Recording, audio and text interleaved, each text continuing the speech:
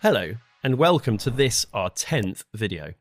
In our last video, we looked at the incredible power of compound interest over time. As I showed, if £1 invested today achieves around 10% a year, which is the return delivered by US shares for more than a century, by the way, after 40 years, that pound would have turned into just over £45. And at a more realistic or conservative assumption of, say, around 7%, which is roughly the return after taking account of inflation, by the way, you'd still have 15 times your money. As I said, the £1,000 television that a 25-year-old might buy today could rob their 65-year-old self of somewhere between £15,000 and £45,000.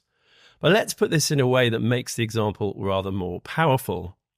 That sort of investment return would turn every £10,000 invested into somewhere between £150,000 and £450,000 over a lifetime of investing from your 20s to your 60s.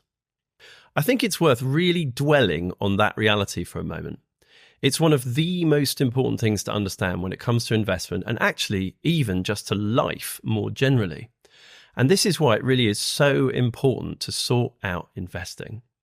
So before I go on, it's perhaps worth stopping for a moment to address something more or less head on. And that is that in a response to my last video, someone criticised me for being yet another person online suggesting that people should get rich old. And they went on to say that £1,000 was worth more to them in their 30s than in their 60s, and asked me to convince them that they were wrong to feel this way. And I think the really important thing to say in response to that criticism is that in many ways, doing this is much more about not being poor than about being rich. There is a great deal in the press already today about the fact that the state pension is unlikely to survive. This is nothing much to do with party politics. The simple fact is that the government is not going to be able to provide a livable income for tens of millions of people living from 60 to 100 and beyond, and with fewer working age adults to support all of those older people. The system is already in crisis and the state pension is already very small. So if you don't make your own provision for such things, you're going to have a pretty awful experience later in life. And this is why it's utterly crucial to sort this out to avoid being properly poor for many decades of your life. Sadly, millions of people are sleepwalking towards this reality at the moment, which is one of the reasons I take the time to make these videos. I explain more about all of this in some of our previous videos, so please do check them out if you want to see more evidence for why this is happening and why this really is something everyone should be thinking about and planning for. But the good news is that it doesn't have to be that much of a sacrifice if you're willing to do a little bit of work to sort things out. And the even better news is that you have a solid chance of becoming reasonably wealthy if you do a decent job over a long enough period of time when it comes to investment. So, with that out of the way, on to today's topic. So far in this video series, we've spent a fair bit of time looking at why investment is so important and at why you really do need to find at least some money to invest, if at all possible. But today, I thought it was time to start looking at how you might do that, particularly given all the focus on the cost of living crisis and higher interest rates that we're facing nowadays. So arguably the most important point to make here is that you can and should get started even with only very small amounts of money. This still has a solid chance of making a real difference to your life over time. As we've also seen in previous videos, a huge number of people think investment is for rich people and not for them. And I see these sorts of comments on social media all the time. This is one of the key reasons that the majority of British adults don't invest at all, and also, by extension, why so many people are struggling financially. One of the main reasons people think this way is because they think they need a large amount of money to make it all worthwhile. And this really is completely wrong and entirely the wrong way to think because of how powerful compounding is. The key thing is to find even a small amount of money for saving and investment as soon as you can and get started. Please don't think that doing this is a waste of time. Many investment firms in the UK let you start with as little as £25 a month, and this is absolutely worth doing. Start small, but crucially, start now. And if you do start small, no matter how small, you will enable yourself to benefit from that magic of compound interest. Crucially, however, the evidence is that if you do manage to do this and build a regular automated saving and investment habit, even with really small amounts of money to begin with, you're then more than likely to save and invest more over time, particularly as you see the results you can achieve. People who never start at all have a much lower probability of getting this result. Many people gradually earn more money as they get older. So if you've already built some kind of automated investing habit in your 20s or 30s, say, it's so much easier to gradually increase the amount you save and invest as you go. You'll also naturally learn more about all of this stuff as a result of being in it to win it. With money, as with so many other things in life, it's the tortoise who generally wins the race and not the hare. And investment is very much a marathon, not a sprint. You are much more likely to save a small amount of money right now than you are to save a large amount of money at some time one day in the distant future. And you also get a huge benefit the sooner you start. Time is one of your very biggest allies for building wealth as a result of how compounding works, as we have seen. So please do get started. The key is to get something set up and to start the habit.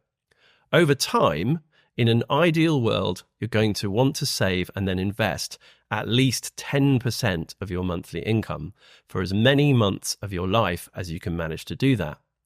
As I showed in our last video, investing 10% of the average British salary can still get you to a solid 6 or even 7-figure result over time. The tragedy is that too few people believe this is possible, and so they never bother to do it. The other problem, of course, is that so many people think that freeing up 10% of what you earn each month to invest is unrealistic. And I see this response on social media a great deal too. So that's what I wanted to deal with today. In the main, being able to save and invest 10% of what you earn each month only requires a change of mindset and approach, truly. And there's a psychological trick which can help you get there. And this is to work out how you can best spend 90% of your income each month rather than how you can save 10% of it. That might sound a bit ridiculous, and it's obviously a simple case of glass half full versus glass half empty, but the weird thing is that it actually works. Psychologists refer to this kind of phenomenon or this kind of approach as reframing, which is a powerful technique for change in any area of your life. If you say to yourself, I am going to work out how to spend 90% of my income each month on X, Y, and Z, and then you automate what happens to the other 10% that's left over, you might find it easier than you thought to have that 10% of your income available for saving and investment. The main reason for this is quite simply because it makes you far more focused and considered about how you spend your money each month. Trying to save 10% is never going to happen if it's just some kind of vague idea that you feel you should be doing at some point. By contrast, planning in some detail about how you're going to spend 90% of your income each month on all the things that you want is a much better approach and will very often get you the result you need. This can also be quite liberating. It makes you feel far more in control of your life. The best way to do this is by making a reasonably detailed budget. And these days, there are plenty of really good apps that can help you with that, some of which are even free of charge. Or, which is my preference, you can use a Google Docs or an Excel spreadsheet if you prefer to do it that way. For what it's worth, there's a detailed table on page 223 of my first book, How to Own the World, which you might use as inspiration. So if you make an accurate budget and ensure that you only spend money on stuff that you have planned to spend money on each month, you may surprise yourself at your ability to find that little bit of extra money for investment, even at the moment with a cost of living crisis. And if you can only find 5% for the time being, then that is still worth doing. Just work out how you can best spend 95% of what you earn. And to give some evidence around why I believe this really is possible, for the vast majority of people watching this at least, let's look at some fairly eye-opening data points from the UK economy. First, the self-storage industry, so Big Yellow and folks like that in the UK, has grown massively in the last 2 decades. And companies like that report that the average Briton today has more than a ton of unwanted possessions. The average British household has more than 20 unwanted electrical items. We throw out 22 million pieces of furniture each year. Britons have an estimated £6 billion worth of unwanted clothes, and the average person throws out more than 70 items of clothing each year. To be honest, I find this last stat completely astonishing. For what it's worth, I reckon that I throw out less than a tenth of that each year, not even that. And this is partly because I'm now a very boring middle-aged man, married with kids, and clearly not exactly particularly fashion-forward. But even in my 20s and 30s, there is no way that I was buying and throwing away anything like that number of items of clothing a year. I'm painfully aware that we're living through a cost of living crisis at the moment, and rising mortgage rates are also making things really tough for many people. But I still really do fervently believe that if you think about the amount of useless stuff you buy, it might just surprise you how much you could have invested instead. And crucially, making a change here, even a small change, really could make a 6 or even 7-figure difference to your life over time. Even if you can't find 10% of your income each month, you really should be able to find something if you're willing to do the work on budgeting and be some way more considered around how you're spending your money. I firmly believe that the reason so few people think like this and do this is because all too few of us understand just how challenged the pension system is, and more happily, just how big the potential upside is here, because so few people understand enough about investment and about compounding. As we saw in our last video, at least 60% of people in Britain don't understand compounding. And if you don't realise just what a life-changing outcome investment can deliver, you're less likely to take the time to get to grips with your spending and your finances.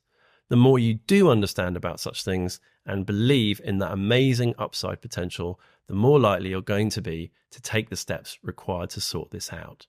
And this really is a better way to go if you want to maximise your chances of being wealthy and, by extension, happy. It really is that important. Sorting this stuff out and seeing the fruits of investment can give you massive peace of mind and makes life so much easier and better over time. A detailed budget will give you a really good idea of how you're spending your money. And once you get more present and considered about such things, it's actually really not that hard to free up at least some money. As I say, start with whatever you can, even as little as £25 a month. Get that set up automatically, and as the years go on, do your best to increase that number if at all possible. I know from first-hand experience over more than a decade of speaking to people about such things that most people really can do this with genuinely life-changing results. So that's it for today. Believe in what investment can deliver. Realise that you can start with very little money and that this is still so worth doing. Take the steps required to find that money and set up a regular savings habit. This is the first step on the road to a much better life, truly, and it will also ensure that you're not staring down the barrel of a really impoverished retirement too. In our next video, we'll look at some of the first few steps you need to take before kicking off with investment proper, most particularly things like paying down any expensive debt you might have and saving up some rainy day cash. And if you want to make sure you see that video and all our other future videos, please do click the subscribe and bell buttons. Until then, I wish you the very best.